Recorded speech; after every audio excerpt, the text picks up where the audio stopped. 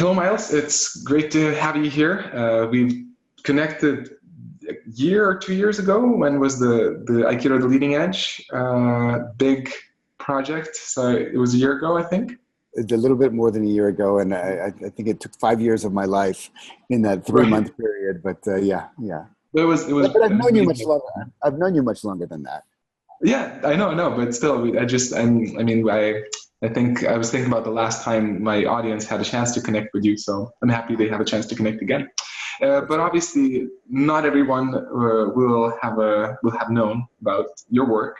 So before we go into talk about martial arts and meditation, could you say a little bit about your background? Sure. So first, let me say, I appreciate the work that you're doing with your YouTube channel here. It's great to see that your audience is growing, and basically what I see your journey, your martial arts journey, I can really relate to it and appreciate it because it is in one sense, you're following your truth, and you're bumping up into limitations that you're meeting on your own path, and you're struggling with those, you're working with those, you're practicing with those, you're training with those, and then in your own way, you're finding your way forward. And it's very much, you call it the martial arts journey, but it's also very much the hero's journey that you're going through. And Right.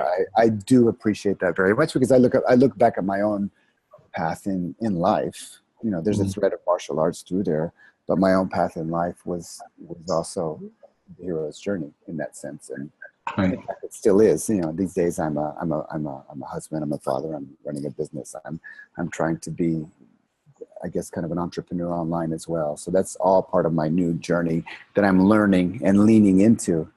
But Mhm. I guess if I look back in my own martial arts background, my own martial arts journey, it started as just a boy.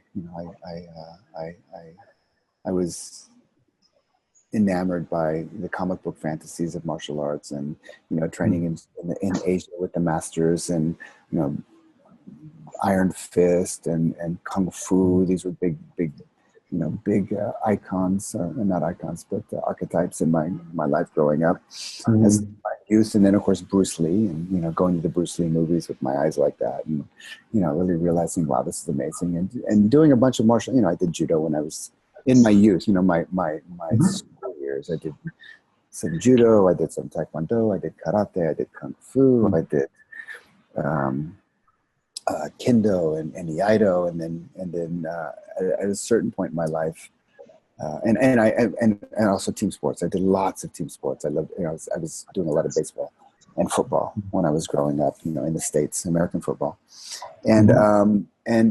loving it all. But only having the opportunity to train for certain periods of time. Sports were, of course, during the season, and there was off season. I would usually do some martial arts, but it wasn't until I was 22 that I was able to kind of choose my one path. And some years before that, I had heard about Aikido, and I had actually seen Aikido in a book originally, and was struck how it brought together the spiritual and the martial Mhm. as one path, which was always a dilemma for me because I was interested in the martial.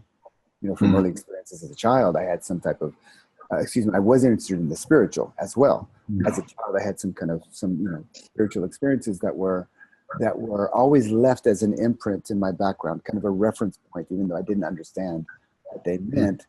They were somehow something that I realized that I was seeking in life, and then going through all the sports, I felt myself the most alive when I was engaged in some type of physical activity, sports or martial arts, because I would enter into a flow state. And flow state is selfless, it's effortless, it's timeless, it's spaceless. And these experiences always reminded me of those spiritual experience, that reference point that I found as a child that I was always trying to get back into.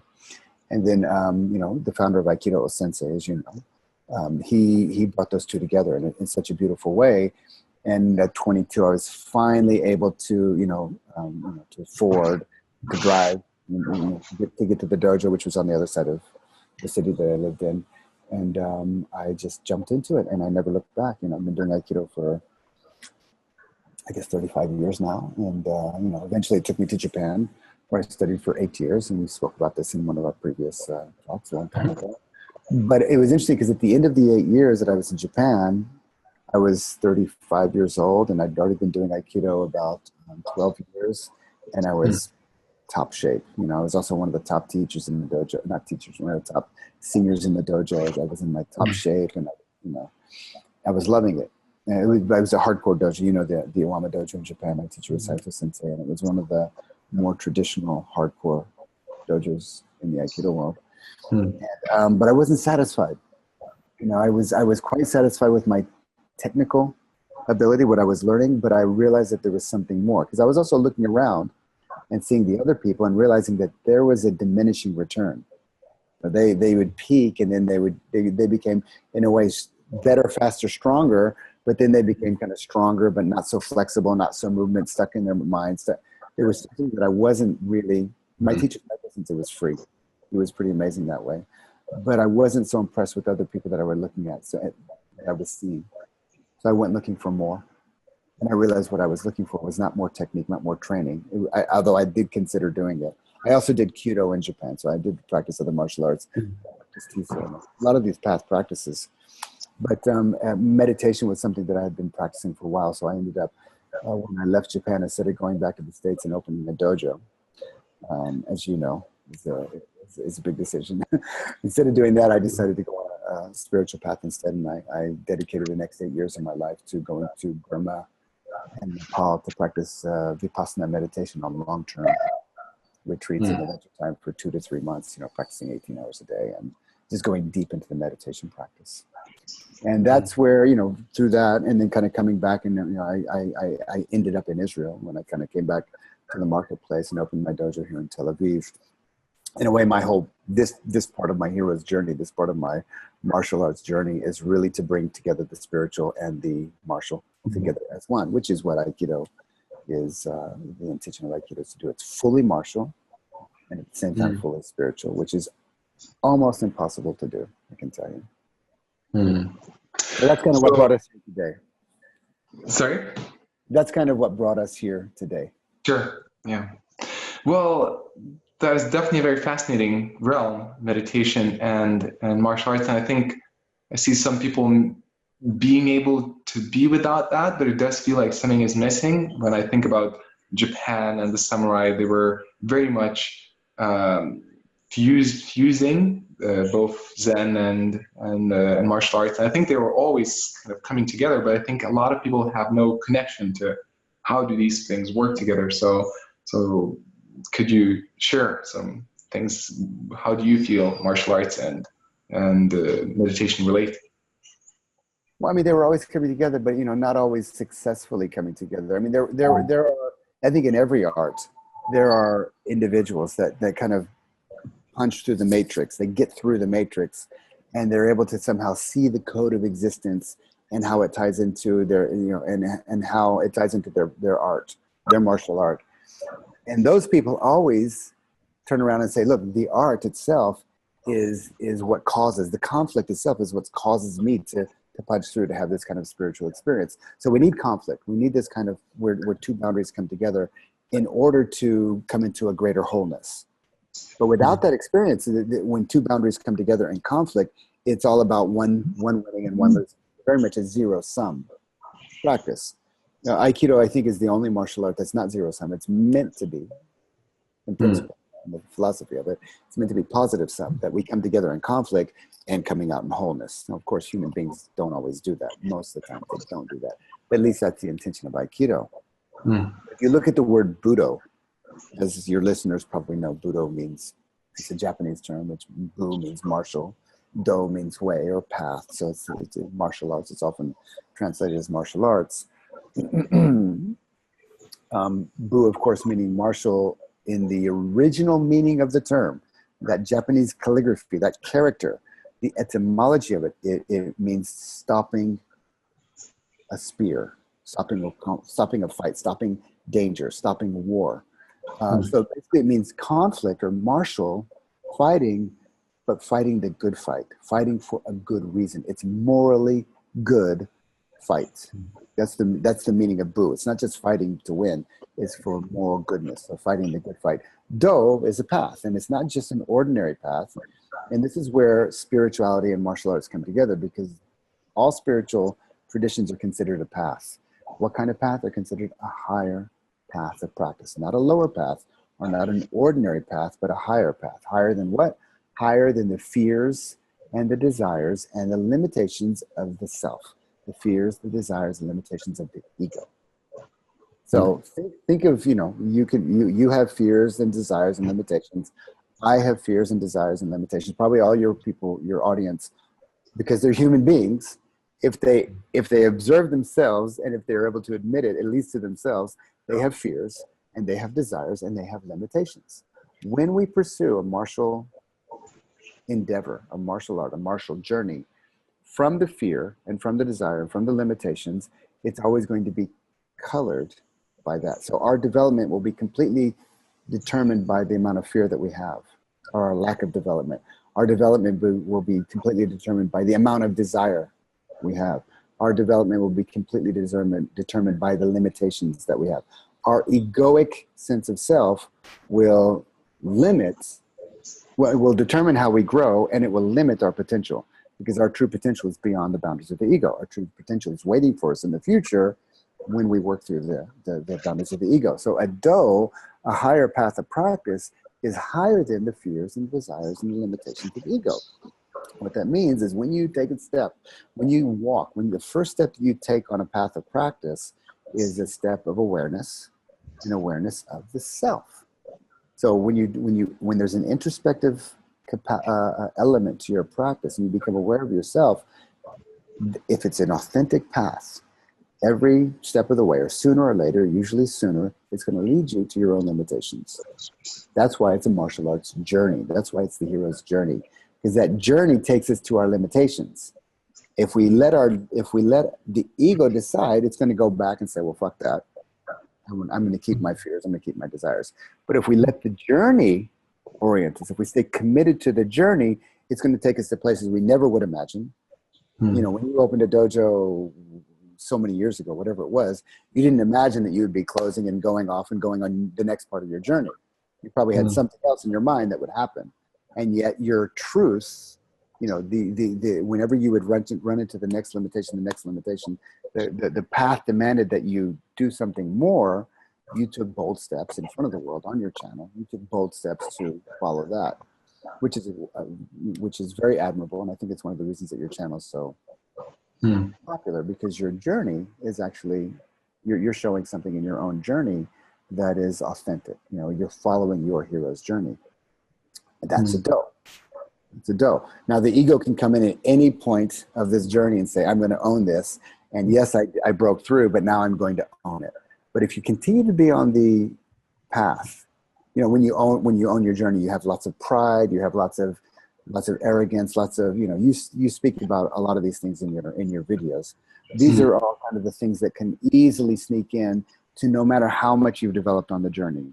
But if you stay authentic to the journey, it's going to continue to take you beyond those, which means kind of struggling through those things. Traditionally, meditation was the primary practice that people would use to work on those things, because it's direct. You just close your eyes, you turn in, and you start working with the shit in the mind. The meditation path is often referred to as the path of purification. What are you're purifying the mind, you're purifying the heart, you're purifying the spirit, you're purifying the limitations of the ego, the fears and desires, by simply detaching and observing, being mindful of them. They arise, they process, they liberate themselves. So that's kind of the path that's what a higher path is meant to be. When that comes together with our martial training, it's a very powerful practice. Great. Wow. Cool. Yeah. So, Rokas, I've got a little story that I can tell that kind of brings these two together. But did you want to say something else? So did you?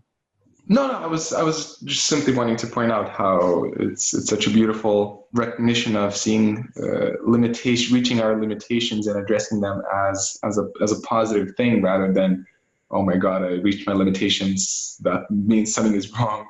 So, and it's wonderful that meditation can actually bring our attention to that. So it's very, very cool. But yeah, please. Meditation is I was going to say meditation. It's the fundamental practice of everything. Now, whether you're meditating or not, it doesn't really matter. But if you're practicing awareness, it's a type of meditation. If you're practicing awareness plus concentration, it is meditation. And if you're doing it in a still way, then it's for sure meditation. So, you know, there's it's a bit of a cliche to say it, but there's a saying: life begins at the end of your comfort zone. Mm. So, you know, who you are meant to be. You know, we're all born to become our greatest potential. Is not within our comfort zone. It's on the other side of that. Our comfort zone is marked by tremendous fear and tremendous contraction, tremendous boundaries. Every time we get close to that, the ego just says, forget that, I'm going to go back into here. But our potential is on the other side of that. Mm. So the story that I want to tell is the story of this, is the story of the greatest general in all of China. And I don't know his name, it's just a story. But he became the greatest general in all of China. This is way back in the day, by taking his army, and you know, this is back hundreds of years ago, you know, pre-industrial, you know, thousands of years ago. He would take his army to the next kingdom. He would fight that army. He would win. He was great. And you hear about that other kingdom, and there's an army over there. So he would take it over there to all the way across China, beat them, and he would become greater. He would go that side of. He was always out there, proving again and again that he was the greatest general.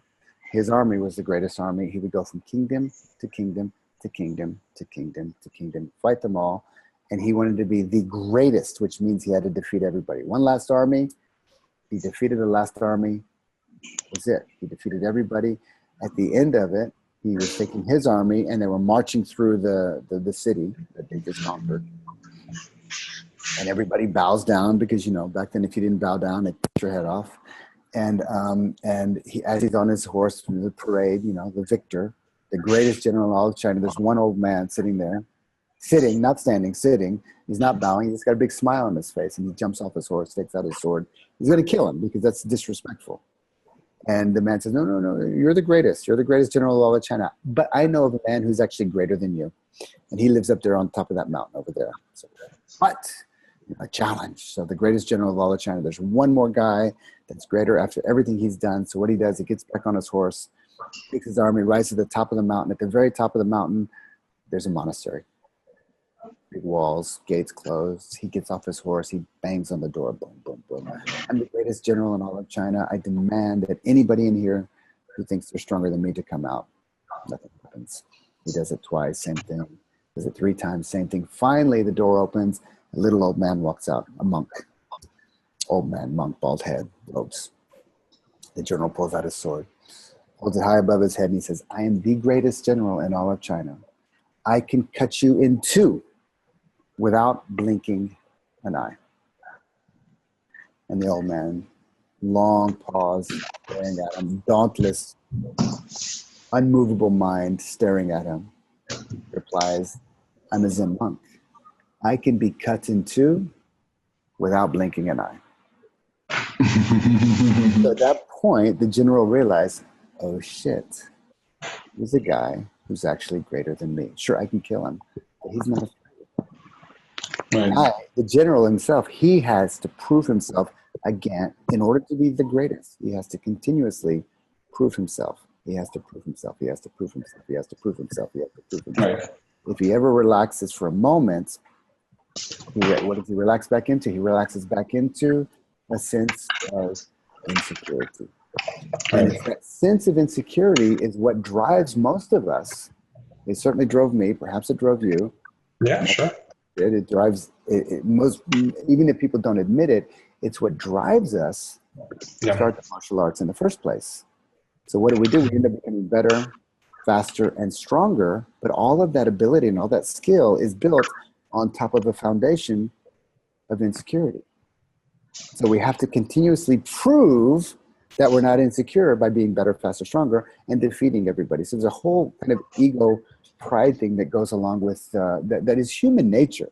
It's not martial arts nature, it's human nature, but it manifests quite strongly in martial arts. You just have to look around, and there's so much ego and pride going on. And they're damn good fighters. There's damn good martial artists, you know, or even non-fighters like in Aikido. Amazing people, but you can always smell the ego. I have ego, you have ego. This is not a condemnation of ego. It's natural. But what are we doing? Are we still small little insecure boys on top of this big strong man? Or are we actually going to turn in and start working on this? Like in Aikido, there's, you know, one of the one of Sensei's injunctions, his rules, his training rule that he gave us was Masakatsu Agatsu, which is true victory is victory over yourself. So not victory over the other person, which is fine. There's nothing wrong with competing and winning and losing, whatever, but actually overcoming your own limitations, victory over your own egoic fears and desires. Masakatsu Agatsu, true victory, victory over oneself. This is where the spiritual journey comes together with the martial journey. And in this story, by the way, meditators love this story because it basically says, you know, look, the monk is superior to the general. But that's actually not true. That's actually not what it is. Aikido people love this story because it says, okay, the spiritual guy is also more superior than the fighter, which is also not true. These are just two different paths that when they're dualistic, they can be reduced to one or the other. There's nothing wrong with following the martial path. You know, Muhammad Ali, Bruce Lee, these guys took it all the way and they turned out to be incredible people. You know, and then they dropped the whole martial thing. Sensei was also an incredible martial artist. And then he took it all the way and then he had a breakthrough and he dropped it all. At some point, these two things come together. Because if you're just a peace person, you become, if you take it to its conclusion, you have to be pacifist. Even if somebody goes to hit you, you won't defend yourself. You let them hit you. Now, Zen is good for that because you can be cut in two without being afraid. But then it doesn't respect life. If you take the martial all the way to the end, and you have to win. You have to defeat. You have to be excellent. You have to at least go to your excellence. So why not both? I mean, how can you be fully spiritual without being pacifist? And how can you be fully martial without being egoically driven? The two of those can come together. And it just, you know, and in a way, martial arts is the perfect transition because we develop so many incredible skills of discipline and concentration and focus and commitment. And then just making a small slide over the exterior to the interior and bring those same skills of discipline and commitment and perseverance and never giving up. Bring that into the internal journey. It's actually very powerful. You'll find yourself that you're already quite equipped to do the meditation practice. But only way the ego will get transformed is through an interior practice. The interior practice can be any type of principles practice, practicing with center, connection, grounding, etc., or meditation practice, which is the most direct because it's all an interior practice. Martial skill tends to be exterior development. I learned skills, methodology, strategies, tactics, timing, speed, physical, my physical fitness and physical strength and health is kind of the exteriors. And then my internal practice is the practice of the principles, practice of mindfulness, concentration, compassion grows, wisdom grows. Bringing those two together is really quite an integral approach to your training. Great, cool, very cool. And if not to jump ahead too much, but I know in terms of for people who want to get to know more about this, there's a follow-up in terms of a project you're doing. Can I ask you about that? Are you there? What? Yeah, there's this my own martial arts journey, my own hero's journey was, following the body and the physical, and of course I was training the mind as well, to a certain extent, for years, and then realizing I shifted over to do the interior work, to do the meditation work. You don't have to do that. I mean, that's not necessary, but it can be a very logical conclusion. And basically what I developed is I've developed a course called the Meditation for Aikidoka, which is in a way, it's a reflection of my own journey where those two things came together. Because for the longest time, my martial arts practice and my meditation practice were parallel paths. It took some years before they started to kind of weave together into one path and one practice. From that space, I've created a course that's much more about integrating our martial training and our meditation training called Meditation for Aikidoka. Now, it is directed mostly to Aikido practitioners in content, but it's actually for any martial artists. Anybody who's maybe watching this channel might be interested in it. And it basically brings together the the interior qualities and the interior meditative states together with our martial arts training.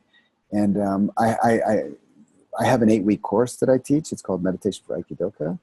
And, you know, over a 2-month period, we go through week by week. We meet online and we have all this special training. There's, you know, there's daily homework that you should do and all these things. And this is really the best training for meditation that I know of, is the best training for meditation in martial arts, for meditation in Aikido. It's the best training that there is. It's certainly online, certainly accessible. But the second best training that I know of is this mini course that I offer for free. And it's a 3-part mini course called the Meditation for Aikidoka mini course. And this is something that I'm releasing in a couple of days. I'm not sure exactly when you're going to release this video, but the mini course is being released on October 26th, and it's going to run for 10 days up until November 4th. And I would love to invite any of your audience to come and check it out. There's 3 videos. They're going to be released like 3 days apart, and they're all about 30 to 40 minutes long, and they go pretty in depth. The first video goes in depth into my own journey. It's called Mapping Out Your Journey, and it goes into depth into my own journey in the martial arts and in Aikido, and then in meditation, you know, kind of my history, and then why it's important to do meditation practice. And I actually teach something in this first part called the spectrum of consciousness, and that shows that, you know, meditation practice kind of develops. There is a map, there is a blueprint to consciousness. And there's a map of the interior realms and how we go from gross state of consciousness into a subtle state of consciousness, into a causal or an emptiness state of consciousness. And then what's interesting about this is that you can look at Aikido or martial arts from the gross state and what it means, because it's gross state, gross body. You can look at Aikido or martial arts from a subtle state, which is more the energy realm. And what does it mean from the subtle state of consciousness? What does martial arts look like from there? And you can look at martial arts from the lens of emptiness, or the causal state of consciousness, which is the deep, you could say the more meditative mind. What does your martial arts look like from there? You know, when you're in the deepest state of emptiness, there's no sense of self. When there's no self, there's also no other. When there's no self, there's no problems. When there's no other, I mean, because the problems in life only happen with the self. So in a deep state of meditative consciousness, when there's no self, there's no problem. There's nothing to defend. When there's no self, there's also no other. There's no, sure, you're there physically, I'm here physically, but the sense of locus and the sense of mind, it all disappears in the deepest meditative state. When there's no other, there's no fear. Fear remarkably drops away in the deepest meditative state of consciousness. So in this first video, in this three-part mini course, I actually speak about this inward journey, you know, and how you can map out your own journey, and how practices take you from the growth to the subtle and into the causal state of consciousness. That's very important on the thing to understand when it comes to your meditation practice. In the second part of the video, I speak about the mindfulness in Aikido specifically, but mindfulness in martial arts as well. And in the third part of this 3-part series, it's on true victory is victory over one's self, Masakatsu Agatsu.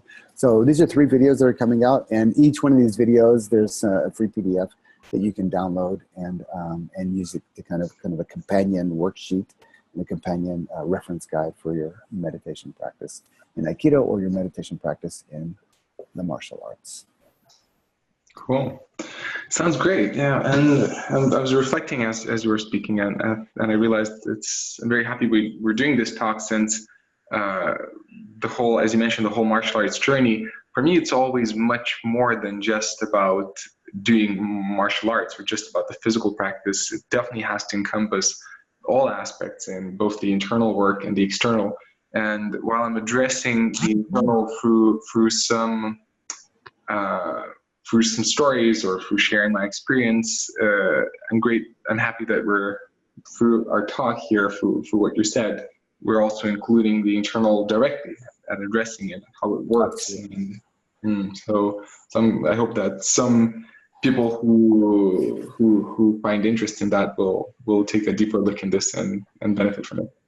Well, you know, there's a beautiful poem, I think by I forget his name. everybody watching this probably knows this, but forgive me.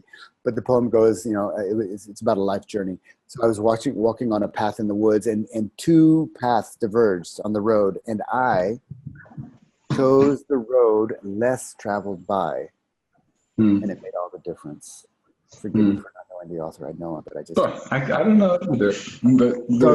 There's a path that's well walked, but he chose the one that's where the grass is growing and it's not so clear. He chose that path, the path that's less traveled, and that's the path that made all the difference. And that's the hero's journey, and it's definitely that path is nothing but an inner path. It can be like going off and doing a 6-month training in another country. That's definitely the hero's journey, but it's the inner process that you go through, and that's definitely, it's definitely a worthy thing to take. So I would definitely love to. I know because of time we got to finish up here, but I would love it if people come and check out this free 3-part mini course. I also have a free PDF for your audience that on the spectrum of consciousness that talks about these 3 states: the gross state of consciousness, the subtle state of consciousness, the causal state of consciousness, and how meditation guides you through those inner states. And the link will be below the video, I guess, somewhere here. Yeah, exactly. That's what I was about to say as well. So it's going to be in the description and also at the top of the comments. People will definitely find it. Okay, great. So there's the free PDF, but then there's also the link to the 3-part mini course. Definitely come join, and who knows, if you want to do the 8-week course with us, that's also for everybody. Yeah, for sure. Yeah, and just before I finish up, last thing I'll also say, it's one of those great coming together points, since through this channel, there is the intention to bring to make a bridge between traditional martial arts, mixed martial arts, and just between all people, and having a chance to connect for people even who haven't practiced Aikido, to connect through kind of the cream of the cream of Aikido, the spiritual side, which it's famous about. So having a chance to connect with it without needing to try everything, I think it's a great opportunity. So I think it's very cool. Yeah, beautiful. That's great, Rokas. Well, thank you for sharing this with your audience, and I want to wish you the best of luck on the path less traveled and on your hero's journey. Thank you very much. Thank you for having the time to share everything with us. So thank you, Miles. Yeah, you're welcome. All thank the you. best.